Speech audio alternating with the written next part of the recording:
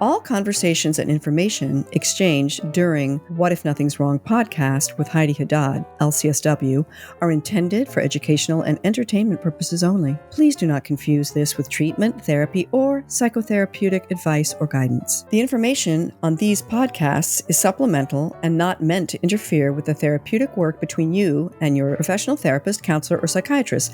Please understand that Heidi Haddad does not maintain the role of your psychotherapist, but rather offers an educated, professional perspective from that of a licensed clinical social worker. When your anxiety is crippling and you're stuck inside your head, find your joy, find your joy. When your man won't touch you but you wanna have a baby, find your joy, find your joy.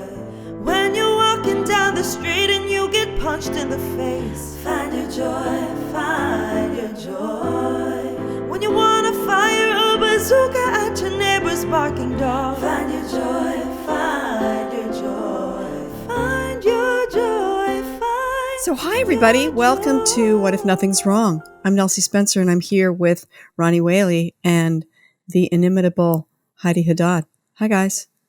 Heidi, how are you? Hi girls. Hello, Hi girls. Hi girls. Hello, women. Hello, ladies. Wait a Hello, second. Newman. Heidi is on, we are in 3 different time zones. Heidi is on the west coast of these United States. I am on the east coast and Ronnie is in the Philippines. Yes. It's the first podcast I'm doing in the Philippines, actually. It should be. I mean, if you put any other podcasts ahead of this one, I'd be a little hurt. Come on. Of course. Yeah. There are no other podcasts. No, Yeah. there are none. This is it. Don't Google my name. Don't Google my name, Ronnie F. Whaley. Don't do it. So guys, welcome to the podcast. We've been apart from each other for a while because Ronnie made a big move. 13-hour trip to the Philippines.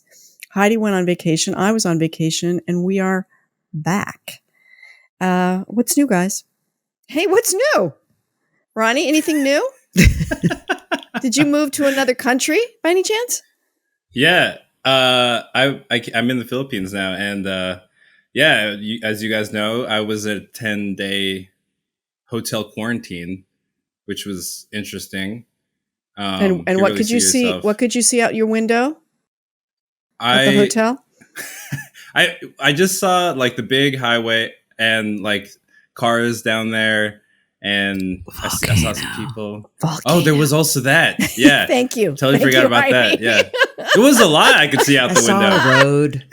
Well, saw I mean, some that's, buildings. if I think about it, that was a lot of my days was looking out the window. So I have a lot to talk about. Really? If you want You to were talk looking about. out the window versus working on the podcast? Well, those were the two things. Those were the two things I was doing. While you were waiting for it to upload? There was a volcano there is a volcano that's bubbling up. It hasn't erupted or anything, but it's very nearby. And because of that, the weather has been weird. There's been there's a shift in like rain and thunder, and there's sometimes just thunder and lightning, and then smog just over all Because of of the buildings. ash. I don't know if it's ash. Is it ash? I don't know. I said that with such confidence. I have no idea. I'm not a volcanoologist. Yeah. Nor is that a word. I don't know if anyone is. Just going to Do you know throw that? that out. Do you know I that? agree with Ronnie. I don't know if anybody's a volcanologist. Yeah. All right. So Ronnie made it through his quarantine. He's in his home now. Saw a lot of streets and Saw a lot of streets, building, and some volcano. building. Oh, you know what's also weird about this place is that you got to wear this face shield everywhere, everywhere. Not just the mask, the shield, like a plastic shield. Yeah. Right. Yeah. Is You it gotta wear different it. than the ones we have? It's mandatory. Yeah. But it looks like you're welding, but it's plastic, right? It's plastic, but I mean, like, it's not like you just need to have something. You have to be wearing a shield. It doesn't matter what kind of shield it is. You could be wearing. Could be the Dalkin shield, Yeah. which is an IUD Yeah. that Thank came you. out in the 1970s called the Dalkin shield. Okay, never mind. Okay. You lost Ronnie and I. Yeah. I mean, that So- would be great. It was a great comment, except we just have no idea what you're We talking didn't get about. the joke. Yeah. I know Yeah. there was an IUD. You did? Yeah. Interesting. No, well, she said it. Well, yeah, but before that, Yeah. No. I knew it too when she said it. Once I said that the Dawkins Shield was an IUD, then you knew that it was. Everybody right? knew. Everybody knew it was an IUD. So listen, girls, I think it was the last podcast we talked about why pink and blue for boys and girls, right? And Nelsie came up with something that she found on the internet. So I did a deeper dive into the internet and wanted to circle back and share a little bit that I found out. Okay. I do not think this is as deep a dive as could be. I am questioning the level of depth. Just going to say that.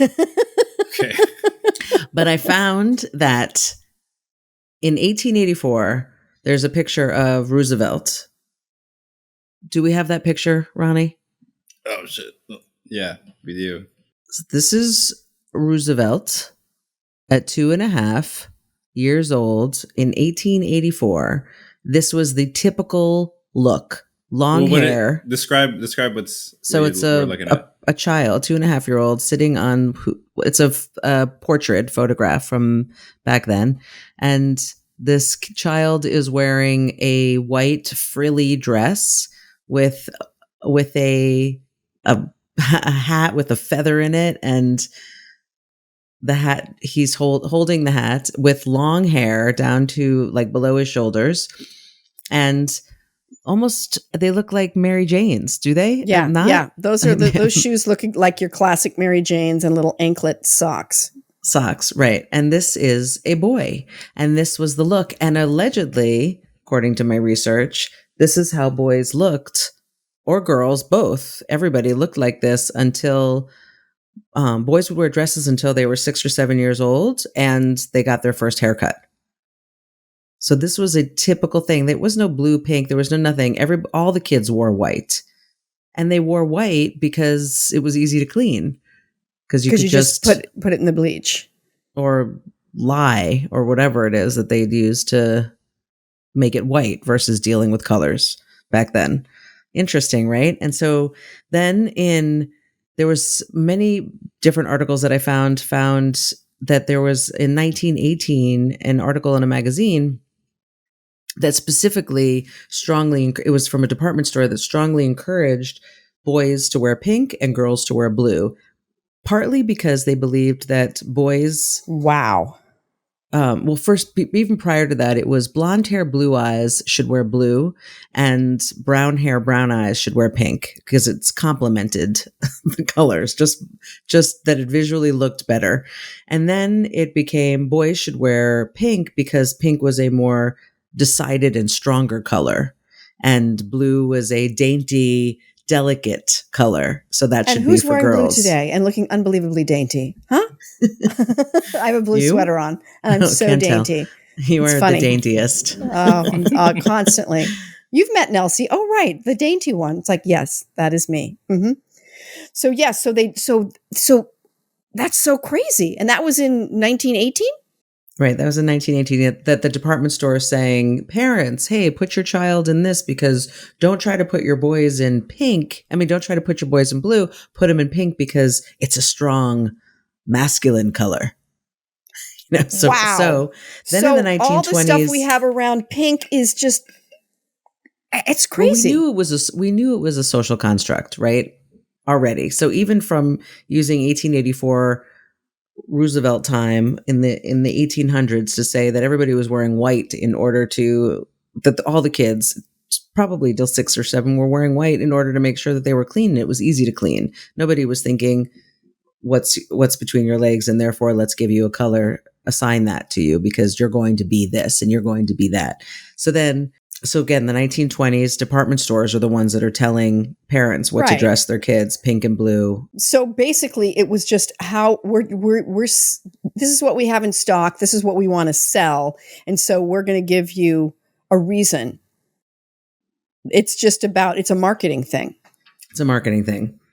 So again, in the 1940s, preferences were dictated by manufacturers and retailers, and then they all these articles talk about the war that post World War I and post post World War II, but that the baby boomers were raised in a gender specific setting.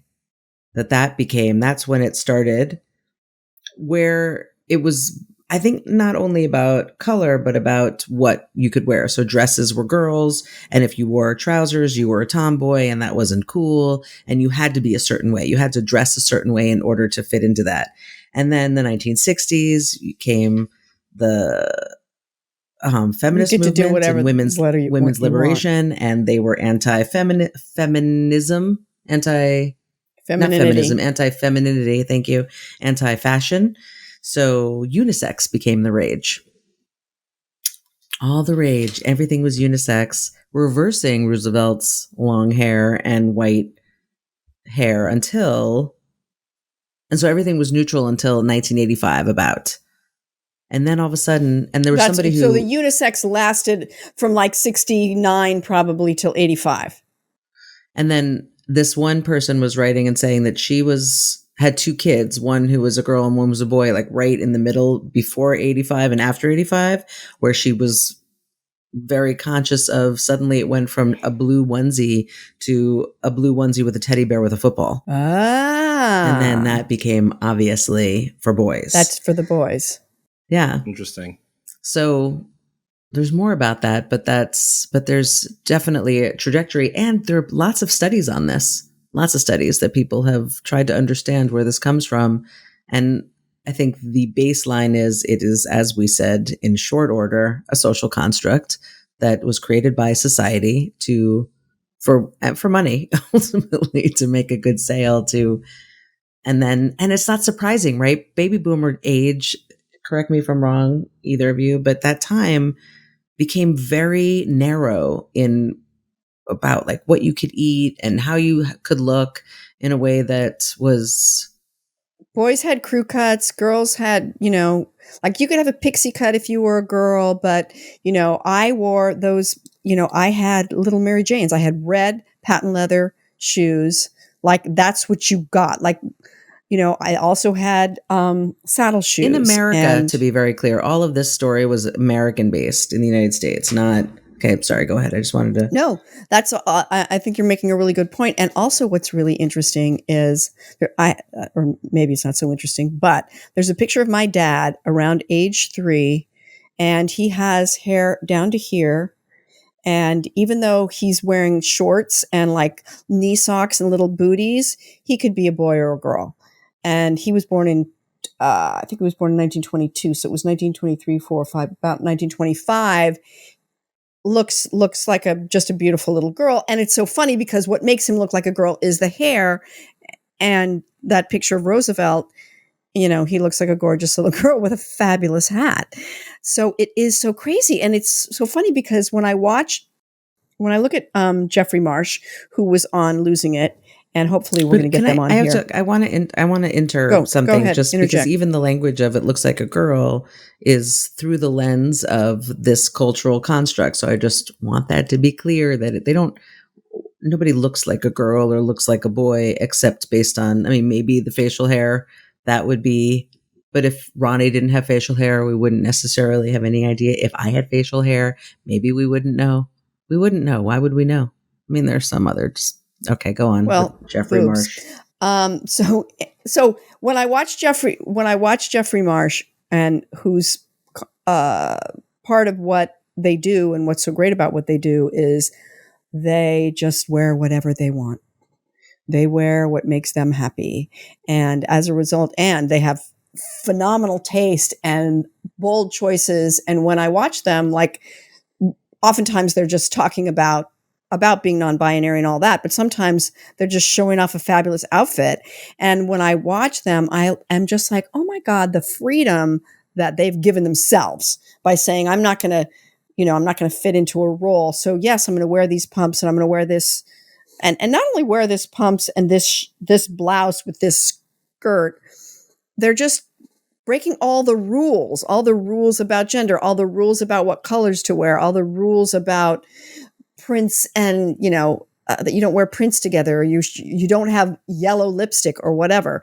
So many rules that are put on us that we don't even know that we're adhering to. That's all. That's it. No, but I mean, I did make a point. Didn't I make a point? Your point was great. And then there was nothing else to be said about that. So my prompt was, I can say this, some studies have shown that teens lie more than any other age group. As a teen, how often did you lie to your parents, caregivers, and why? Do you think your teen lies to you? And if so, why? Why? Why? So, did you get some good? Did you get some good feedback? At Diggory29 Okay. said, growing up a gay in the 70s, yeah, I learned how to hide everything. So that seemed like a pretty... That's interesting. But that's not like... I mean, I used to lie a lot. What did you lie about, Ronnie? Just like stuff, like small stuff. Just like stuff. Yeah, like small, there's actually... It's a bit... This is a podcast. Could you break it down a little bit? There's this comedian, and he has a really good bit about how kids lie. And when lying to a kid, when they first lie, is like it's new, right? So when they discover lying, it's like a superpower. So when you're a kid and you've done something really bad and you realize that you can just pretend it didn't happen and you're totally fine, then it's really addictive. All of a sudden you can do what you want. That's a good way to think about it. Well, I mean, it's not a great way as the parents, but it's a good way as for the kid. Well, for me, I mean, in my experience, that happened to me. But then as a kid, you start to realize through experience of doing that, the repercussions, right? Of like, okay, now I'm losing trust. Right, because you get caught. You get caught. Of course, you're going to get caught. But you don't realize your repercussions till it happens, right? And, I have a little brother. He lies. But he's better than me. He's a better liar than you? Or a better person? He's a better person. Okay. I think. Yeah. I think he just watched me grow up. Like what not to do. I think that what a consistent theme is are kids lying partly because they find their parents too restrictive in some way. Their parents are controlling. If their parents are controlling and restrictive, therefore they feel, or judgmental, let's say. So the C. Latner who says growing up gay, they obviously didn't feel that they could come out. And there are some kids that could have come out in the 70s to their parents, but obviously C. Latner could not. And I lied because I didn't feel that I had the freedom to tell the truth. Would you lie about? None of your business. Decades later. I lied about if parties were going to be supervised or not. I lied about. Are the parents there? Oh yeah. Smoking. I lied about. I'm just kidding. Actually, I still do. I still lie to my parents. Like sometimes you could just. You still tell your parents that somebody else's parents are going to be home when you go to a party? No, not that. It's more like like some stuff. It's it's not worth them worrying. It's a white lie. It's a white lie. That's what it is. It's a white lie. That's what it is, right? Like, let's say... Like I wore a helmet when I was riding my bike? Yeah, exactly. Like, I was skateboarding, because I don't want to, it's fine. But then, is it worth having the argument about it? Like, what they think about it. You know what I mean? I'm not saying... This is not I'm not defending lying. That's what I'm saying. Sometimes I think that sometimes I think, why do you have to... Once you come of age, why do you have to...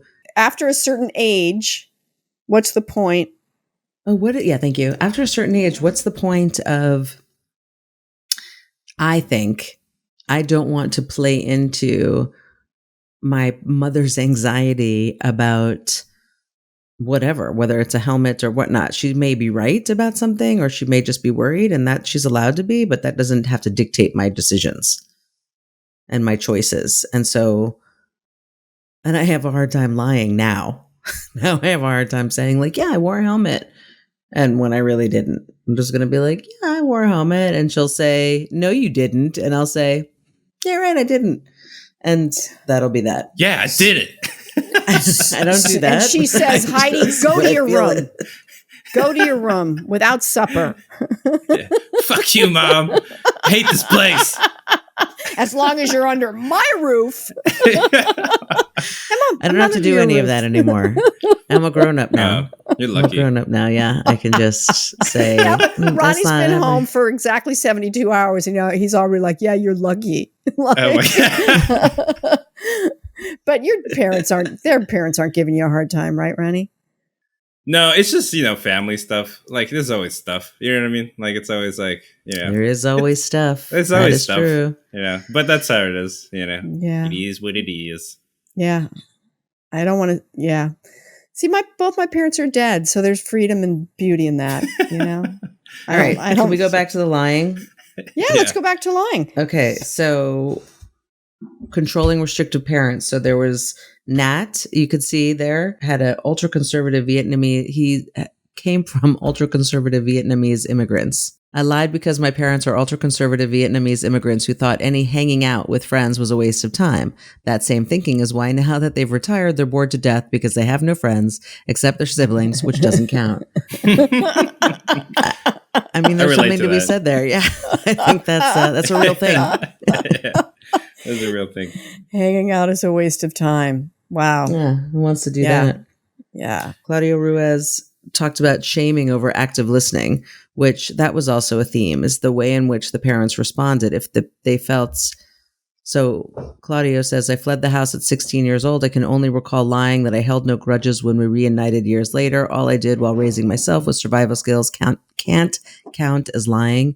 Now I catch my kid lying to her mom, but mom prefers shaming over active listening, cause and effect.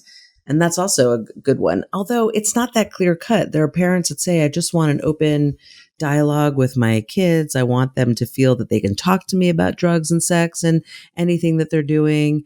But I think that inherently there's something about teenagers wanting their freedom, Privacy, or even too. younger than their freedom, their privacy, their independence, their autonomy, that they can go out and get high without necessarily talking to their parents about it or doing it with their parents. Ay, ay, ay. God, my son had a friend that whose dad would get high with them, and it was just, I had a little bit of disdain for him. I mean, all the kids were smoking grass, and that's fine, and they're doing what they're doing, but they would always hang out. And, no, so and so's dad's cool. No, he gets high with us, and I was like, no, that's just.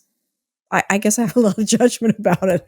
That's not cool. It's pathetic. If he wants to go smoke his joint, let him smoke his joint, but let the kids smoke their own joint. Like, don't hang out with your son's high school friends. Go, oh, pass me the joint. Oh man, this stuff's good. No, that's a little bit. It's creepy. Also, I think that there's some level. I don't know about this particular person. That Say there's that some again, level Ronnie? of. I do that. You would do that with your son? I do that. No, I do that with my friends' parents. But it's not creepy. Is it just me? I feel just boundaryless. I feel weird about it. I feel, yeah. I mean, I don't feel too weird about it. I feel weird. I just hope I feel weird for my friend who's their parent. You know what I mean? Because sometimes they don't want it to happen, but then the parent's more like, I'm doing this because what? We're all adults here. We're just hanging out. Is this now at 25 or when you were in high school? No, this was probably in college. I also think in high school it was teachers. You get high with teachers. That's probably not a good idea. No, that's probably not a good idea. No. What's happening? Yeah. I was 16 and he was 22. Your teacher? Yeah, right? It's great. You're getting high with that teacher. Mm. Also, is that all that happened? Cool. Maybe there's something. I mean, there was a teacher. There was a teacher at my high school that everybody loved. I won't say his name, but I know he had sex with at least one of the students there. Oh, he's so cool. And then you find out, fast forward. We're going off on a whole other tangent. I am. Can we bring it back? I had one of those teachers too. It's my God. So fucked up. I give up. Call me when you guys are ready to continue this conversation. Process, Heidi. Trust the process. We can go off on a tributary. Stop talking. We'll always make our way back. Talking. So back to Claudio. I want to say something. I think that it's kind of a level of control that some parents are what's the word? They don't want to Utilizing. lose it.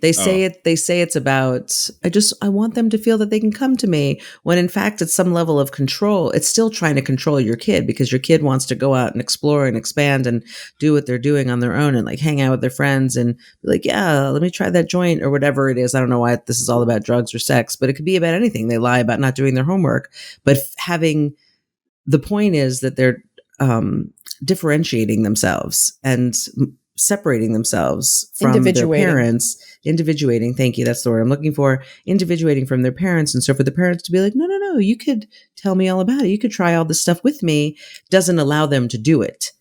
Yeah. It doesn't give them permission to do it. And in some ways, with some parents, it might be consciously or unconsciously a form of control still, because they're still got their hands in it. They're still all up in it, being like, no, I'm cool. Let's talk about it. And that you've heard about the whole call me and I won't judge. If there's anything, if you're at a party and you're feeling uncomfortable, there's anything going on, just call and just say the word and I will come get you and never ask you anything. I know some parents that say, I don't give them a hard time, but then the next day I'll talk to them about it, which goes against the basis call me of, and I won't do. Yeah. Right. Yeah. Because it's basically it's saying to your kid, or that's a lie. Hey, it's a lie. Yeah, exactly. That's the parents lying. Hanging out with your kid when they're under 18 and you're drinking, not heavy drinking, but having wine with dinner, and your kid says, can I try it? And you say, it's cool because it's with us. Go ahead and have a glass of wine. And the parent deluding themselves to think that the kid is then going to know the boundaries once they are not with the family. Oh, no, I only drink with my parents. I'm not going to do that at the party. That doesn't make any sense. Yeah, they're going to Exactly. They're going to go to a party. Someone's going to hand them some, a punch, whatever. Oh no. Well, you know what? Let me call my dad, and then I'll have some tequila. I'm going to get What year is this? Let me see if my dad wants to come and hang out, because I only do it with my parents. I only do shots with my parents. Yeah. So yeah, I've never heard that actually working. I don't think it works. I think it only works if a kid happens to not give a shit about drinking. You know what? I think it only works if he has a better time with the parents. Like the parents are way cooler. You know what I mean? Like you got dad's got a beer bong and they're doing like keg stands and stuff, and like the high school kids are like drinking. Also they have cocktails. They have exactly. They also have cocktails with their parents, and they're drinking like a real cocktail that is well made. And then they go to the party and they're drinking a wine cooler. Does it taste like shit? Like warm beer. Yeah, warm beer, or just vodka and juice. Oh, this sucks. I'm calling my mom. Yeah, we're gonna have a good time on Saturday. Mom, bring the martini shaker over here, and the Beefeater's gin. They don't know what the fuck they're doing. So in terms of like, if you're that parent and you say, if you're in trouble, if something's happened, call me, I won't ask, you have to stick with that. You have to go pick them up, bring them home. And, but how can you not ask? Oh, I don't know. As a parent. I don't know. I could just see me the next day opening the bedroom door. Just know I'm here if you want to talk about it. I know that would be me. I know.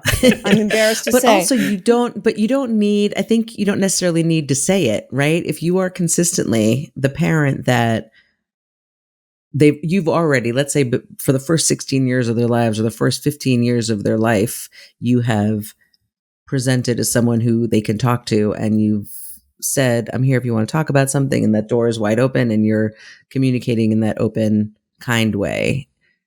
That by the time they get to 16, they call you, they're inebriated, you just pick them up, help them get to bed if they need it, and that's the end of it. And you say nothing. They know that door is open. You don't need to stand on the other side of the door waiting for them to crack it open the next morning going, yeah, if you need anything, I'm right here.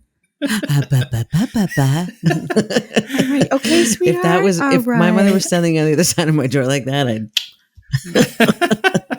little punch to the face. Man. Well, the one time that when my son was, I think he was in middle school. I don't think he was even in high school yet. That he was drinking. I knew when he called. He texted me and said, "Oh, I'll be home later," or "I'm going to spend the night at Jonah's," or I don't even remember what it was. But I knew by the way, whatever he said in his text, I know he's been drinking. because I just knew it. So I called him and I called him. I'm like, what's up? Nothing. Why do you think something's up?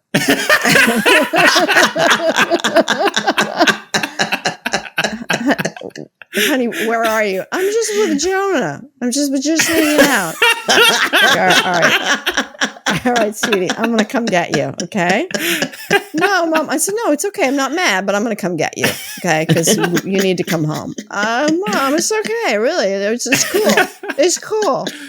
That's interesting. It's so cool. It's cool. coolest. Yeah.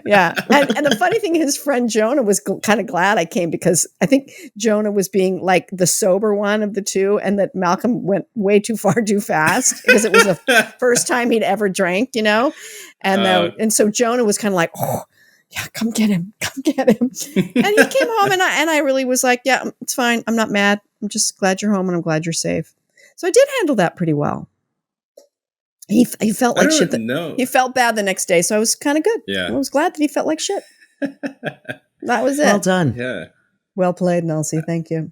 I've had a really tough experience with that in my family. Like, because I went out a lot. Like towards the end, or like the later years of my high school, I was drinking a lot with my friends, and my parents. And I'm the eldest, so my parents did not know how to handle any of that. And it was a lot of like, don't lock the door when I can't come in the house. Like at night, if they knew I was drinking, they would lock the door. You know what I mean? Interesting choice. Interesting. Well, there was some nights I would sleep in the car if the car was open, or I had to call my friends and be like, oh, I got locked out. I think my parents just didn't know how to deal with it. You know what I mean? And I was very reluctant not to. They were trying to force you into obedience. Yeah, I don't know. Which didn't work. Well, that's what locking the door is punishing you and saying you're not doing what we want you to do, and if you do, we'll leave the door open. Yeah, right. For sure. So, but in retrospect, well, we did it. Well, I don't know how you handle that. Like even as an adult, if I had a kid, but in retrospect, so yesterday, how I'm back in my hometown, and I haven't seen a bunch of my friends. Yeah. One of my friends came over, and his mom recently died of COVID, and this is the first time I'm seeing him. Right. Yeah. And so, we talked in front of my house, and, it got really emotional, and we were hugging each other, and then he had to go because he had work. And then I come back in the house, and my dad goes, it's nice to see that you're having reunions with your friends. And I told him, it's like, oh yeah, that was the guy that's mom's, passed away. Yeah. And he was like, you were getting drunk and, doing stupid shit in high school, but you weren't just doing that. You were also forging lifelong friendships, and that's good. And it was just a weird, like circle back. And I don't know. It's interesting because that is true. That is true. And I don't know. I don't know. You just don't know. I think that's the thing with parents is that you have no idea if the way in which you're engaging with your kid is going to be the thing that takes them in that direction or in that direction, or it doesn't matter. And no matter what you do, they're going to go in whatever direction, which isn't true. It can't be true because their parenting is a relevant part of your process. Yeah, it's a very relevant part of how you are in the world and all of that. But yeah, it is. And when you're a parent, you're so, you're so hyper focused on your kid. It's your primary job, especially when they're little. And so, and I know for me, because of how I grew up, I just didn't want to fuck it up. You know what I mean? And I think most parents think that. I think maybe not, but I do think most parents of a certain generation think that. I don't know if my parents were like, I just don't want to fuck it up. No, I think a lot of people feel the same way. They don't want to mess it up, and they want to do what's best for their kid, and they don't want to make the mistakes that they feel were made when they were the child. But none of us actually know what it is, and how do you engage your kid's drinking all the time, and you're saying stop drinking, and you can't do that, and it's not good for you, and you're underage, whatever the reasons are that you shouldn't be drinking when you're 16 and 17, according to the parents, and the kid's doing it anyway. What do you do? and there are so many routes to take. And at the end of it, to your dad's point, you turned out okay. And you ended up with these really solid friendships and you forged these relationships. And that's a beautiful thing. And, Yeah. and once you're out of the tornado, and you're you're looking back on it going, oh, okay, well, I survived. I mean, I'm just talking to friends I have lots of friends who I've been friends with since I was a child, through high school, elementary school, college, and all that. And we reflect on, oh, wow, it's been 30 years since XYZ happened. Thank God we survived. Thank God we made it out of that. Absolutely. We're lucky we made it out of XYZ. But at the time, full speed ahead. Full speed There was ahead. no, Drop at some the time, there might have been psilocybin a and then little just bit go of- driving. My brothers would like drop psilocybin and then let's just drive around. That was the thing. It's like, Just drive around. that seems like maybe not a good. Oh, look, do you see all the flowers in the road? There were no flowers in the road. It was the psilocybin, and Who they says survived. psilocybin? What's mushrooms? Psilocybin. Yeah, because you weren't eating the mushrooms. You actually had. It was I think it was like maybe pharmaceutical psilocybin. I don't know. We didn't eat. Whoever says that? What is people that? in the 70s. I think it's magic mushrooms, right? That's what people call Oh. it. They were shrooming. They dropped some mushrooms. They dropped some acid. Stoke. Well, I'm glad that's what you took out of that story, Heidi. That I said psilocybin. Thank you. Thank you for that. So it didn't Dope. even flow. It wasn't like a cool word. It was just what? I thought they had like Once allergies again, or something. thank you for that. What Exactly. you took away from that story. Thought they had allergy. Thought they took allergy medicine and we're all wonky. Like, I'm a little woozy. Tripping out on their allergy meds. Well, yeah, okay. Well, that's the interesting thing. I feel like that's very common in like small towns, like high school kids who just are so bored that like, they just down a bunch of Robitussin and see what happens. You know what I mean? Like, Or maybe sniff some paint. Sniff some paint. Smoke some tea leaves. I've done that with friends who've told me that was a good idea. I smoked Stupid. You've catnip. done what? Catnip. Wait, what's a good idea? Catnip? Yeah. Smoked Smoke catnip. catnip? Yeah. Mhm. That's hilarious. Yeah. What Well, happened? is that any funnier than smoking tea? Well, the catnip, cats get high off that. How do you smoke tea? That was our thinking. How do you smoke tea?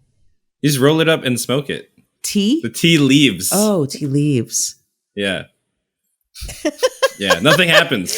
I'm You like, get a I'm headache. imagining a headache. cup of tea. You get a headache. Smoking You it. get a headache. You get a headache and you look like an idiot. So back in the Philippines, Ronnie, what's up? It's interesting. So I know you guys probably have the experience of coming back to your hometown, and I haven't been back in 2 years, right? And there's two types of people, right, in your hometown, right? There's the people who left and the people who stayed, Uh-huh. Mm-hmm. right? Well, the And people who left aren't there. the people who left, they come back sometimes, right? And it's different, and people have different reasons, and the people who stayed, they're not always the same people, but the people who stayed, I have a rough relationship, or I have a different perspective of how I want to have their relationship with me be in the future. How do I want to continue that relationship? Just because, I don't want to be, smoking weed on a Tuesday afternoon whenever, they hit me up to do so, because they're still living with their mom. You know what I mean?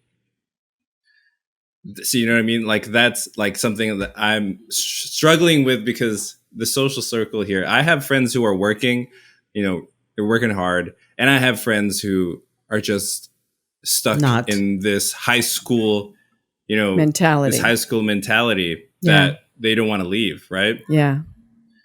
And, I don't know if this is it probably isn't just me, right? Or it's probably not just my hometown, right? And I'm sure that it happens to a lot of. Do you guys know Bruce Springsteen? You know that song "Glory Days"? Bruce Springsteen, never heard of him. Tell me a little bit about him.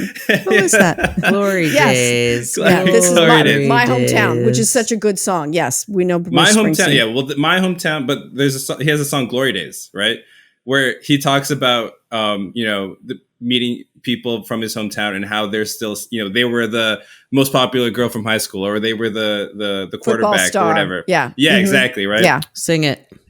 Yeah, glory days. I can't do that, man. I can't. I can only do like a couple seconds, or we'll get knocked off YouTube. But Nelsie, that was Cher. That was me imitating Ronnie, imitating Bruce Springsteen. That was you imitating Cher, imitating Ronnie, doing Bruce. Okay, back to you, Ronnie.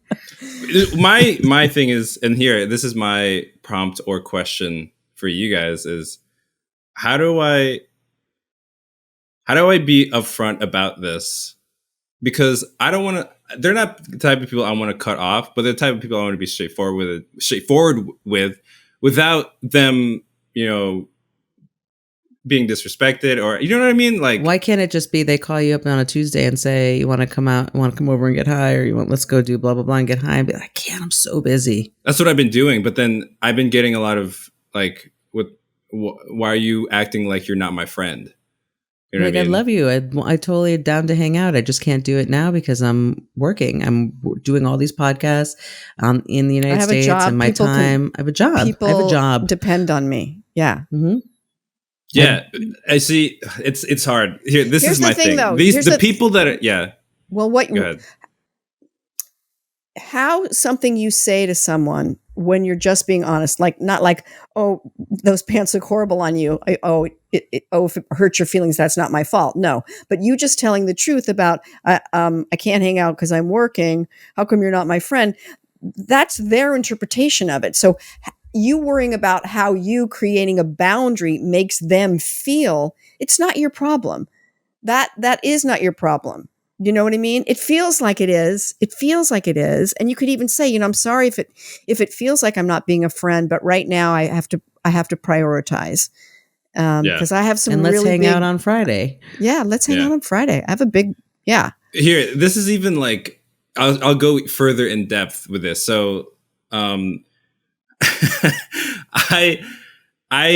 I hold back on saying like, look, I got these podcasts and, I people depend on me, because I know when I say that to certain people that they see themselves and they are like, oh, I'm a piece of shit, and because I'm not there and I'm not doing that. So I hold back on that stuff because I get that reaction, right? What's that? What's that expression? I'm sorry, I'm interrupting, Nelsie. Or maybe you both know the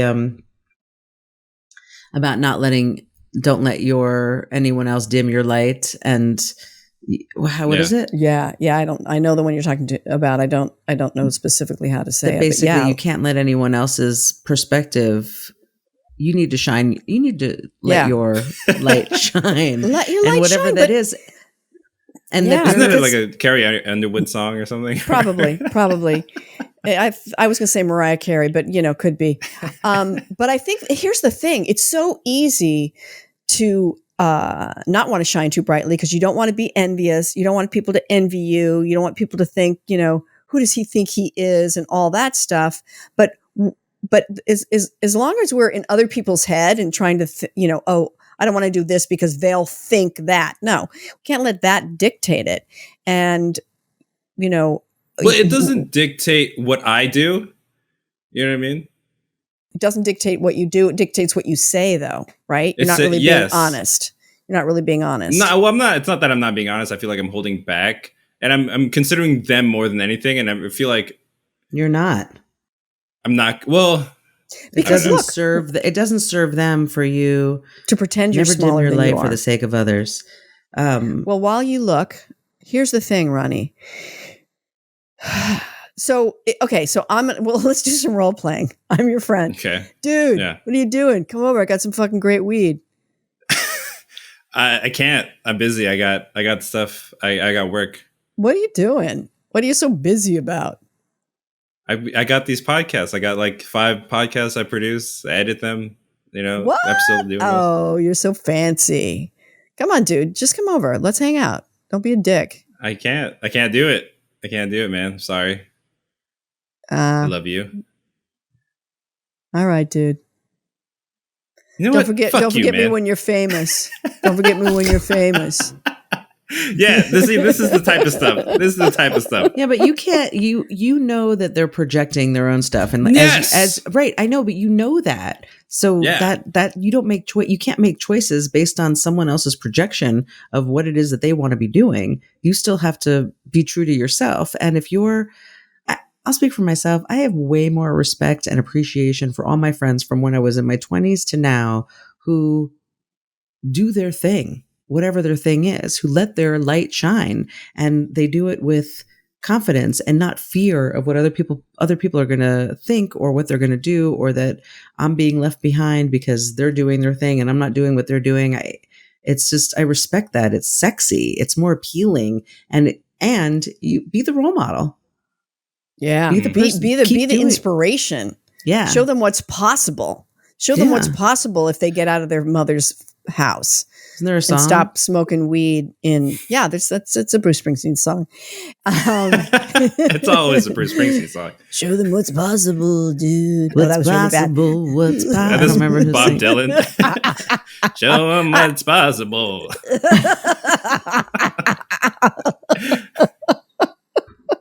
Oh God, really? Because all you're doing is when you're being small. And look, it's a common thing, and oftentimes it's subconscious. You don't want to get too big because you don't want people to envy you, and you want to stay comfortable in this. If I just stay in the same socioeconomic level as my peer group, then I'm safe, and they'll still like me, and they won't envy me. It's a big thing to get to break out of that. It's not a small thing. So the fact that it's happening for you makes sense. But just know that it's okay, and whatever feelings they have about it, it's none of your business. Basically, stop making yourself small so other people feel big. Yeah. Or So- feel more comfortable or feel better. You're saying that I should just not hold back on anything and just... Yeah. You say, dude, I'd love hanging out with you. I totally want to hang out. I can't do it right now. I'm working on I'm these just podcasts. so much better than you, dude. Like, that's the problem. But that is not what you're saying. I know, I'm just kidding.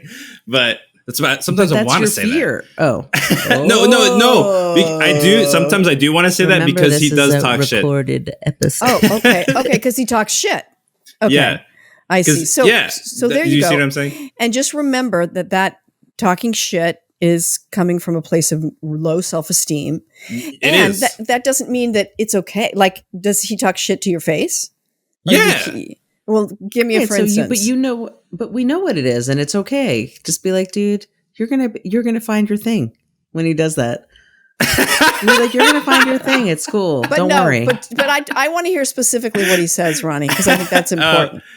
Like, let's say, yeah, I'm doing these podcasts,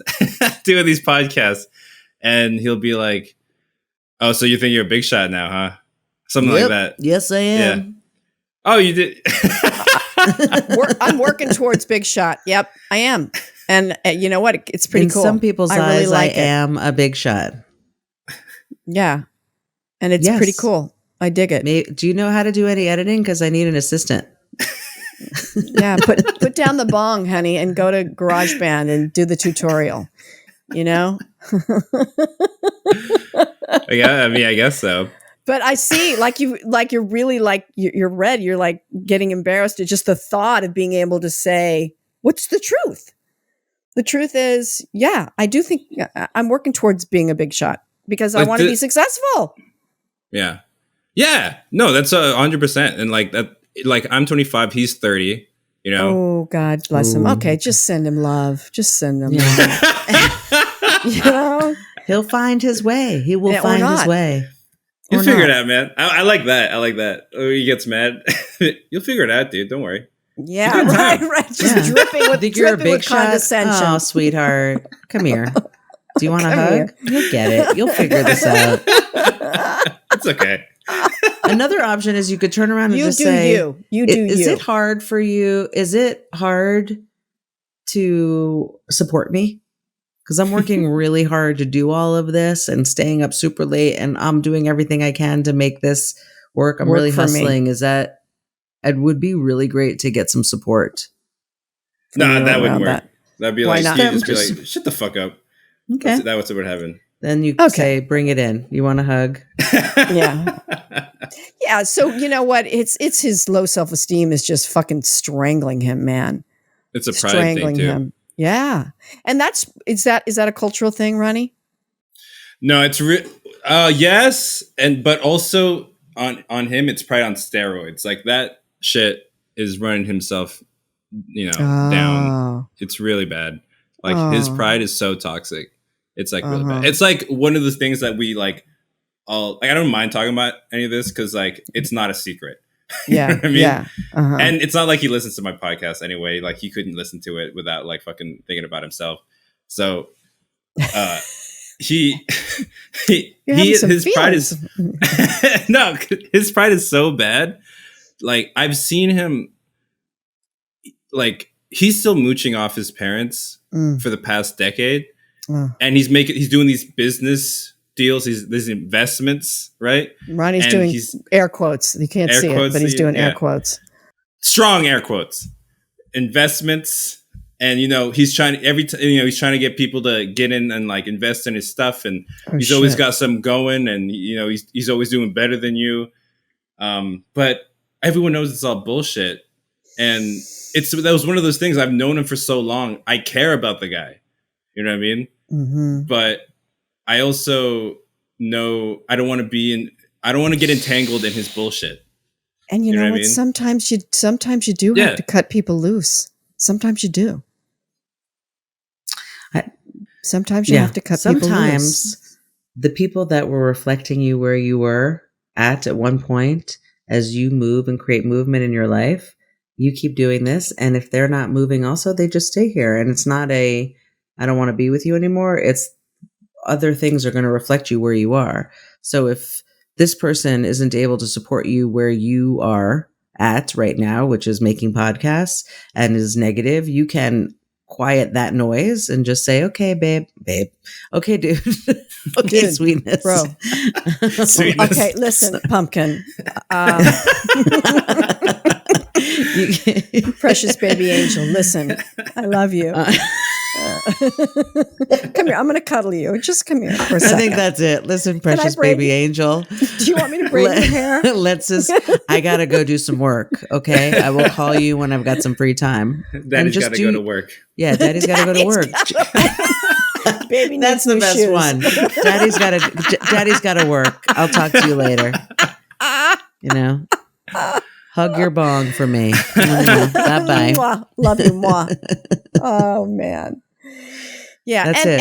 And the nice thing is because you have clarity about it, Ronnie, that it's coming from his self-esteem. And, the more you can just, when he pushes those buttons, because he's going to push those buttons, because what he wants to do is make you feel like shit and make you feel guilty and pull 100%. You back in. No, I don't even think he's thinking that way. No, he's not. No, he doesn't want to make it. He's just... I think people who do that are just reacting. They're not consciously thinking, I want to make Ronnie feel bad. It's, I feel bad about myself. I want Ronnie to feel bad and come get high with me. So how I'm feeling about myself, I want to guilt him into getting high with me because that will make me feel less like shit about myself. Okay. My opinion. I don't know the guy, but that's my opinion. Yeah. Okay. Okay. But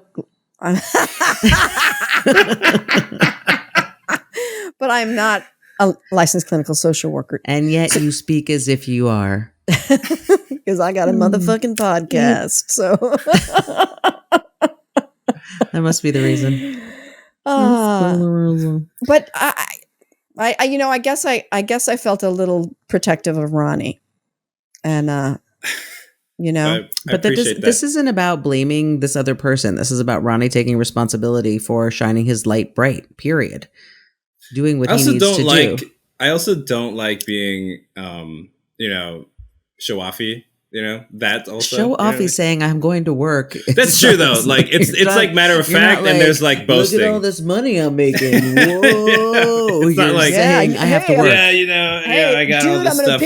I'm going to pick you up in my Lambo. Yeah, right? exactly. By the way, No. the bar is really low when you think saying you're going to work is showing off. That's also true. It's also true. Yeah. Yeah. Oh, such a bragger, Just Ronnie. take care of you. Jesus. Yeah, Just take care of you. there will definitely be an update. An update. Okay. We'll see him Forward to tomorrow. it. Yeah. Even better. All right. Well, it's not a Well, Tuesday. it's a gathering. It's Okay. a gathering, and he'll be there. So Well, we know that you will not be hanging out with him today because you'll be working all day. No, so I said tomorrow. Yeah, Yeah, Whatever tomorrow it is they're that's hanging happening in out. the next 4 hours, you're working. I'm not cutting this. I want people to know. He wants two people to know how tough Heidi's a taskmaster. Yeah. Oh, Heidi, right. Yeah. Oh, yeah, no, Nelsie 'cause does I'm it behind the scenes. I do good it cop, outright. bad cop. Good cop, bad cop. Yeah, we No, no, no. understand. I'm shining my fucking light. Shine Do your it. fucking light, man. Do it, girl. Shine do it. your fucking light. It's a t-shirt. All right. Yeah. Thank you for being here. All right, guys. Thanks so much for listening. Don't forget that you can watch us on YouTube. We have a YouTube channel now. It's WINW Pod. And that's all our socials are WINW Pod. That's Twitter, Instagram, and TikTok, and Facebook. Do we have Facebook, Ronnie? We have all that? We have have all it that now. because you know who did that? Ronnie Whaley, our producer extraordinaire. So guys, didn't know. follow us, rate, review, and subscribe. Tell your friends. You can reach us where? Do we have an email account yet, Ronnie? We do. What if nothing's wrong at gmail.com? What if nothing's wrong at gmail.com? We Oh my God. fancy. We're fancy. Ronnie's amazing. He did all that, never sleeping and with jet lag. So that's it, guys. Thanks for listening. And don't forget to follow Heidi on Twitter, Heidi L. Haddad, or Head and Heart Therapy. And she does Ask Me Anything Thursday nights. So check her out. And beyond that, be kind to yourself and others. And shine your light.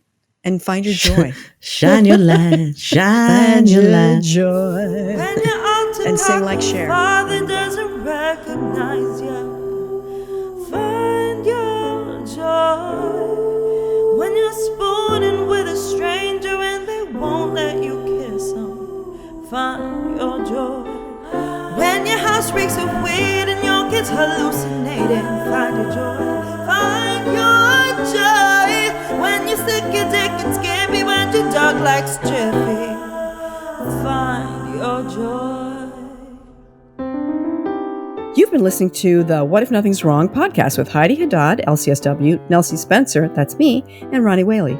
Tweet us and join Heidi's weekly AMAs on Twitter at Heidi L. Haddad, or tweet the What If Nothing's Wrong podcast at WINW Pod. That's at WINW Pod on Twitter. You can also email us at whatifnothingswrong@gmail.com. The What If Nothing's Wrong podcast is produced and edited by the amazing Ronnie Whaley.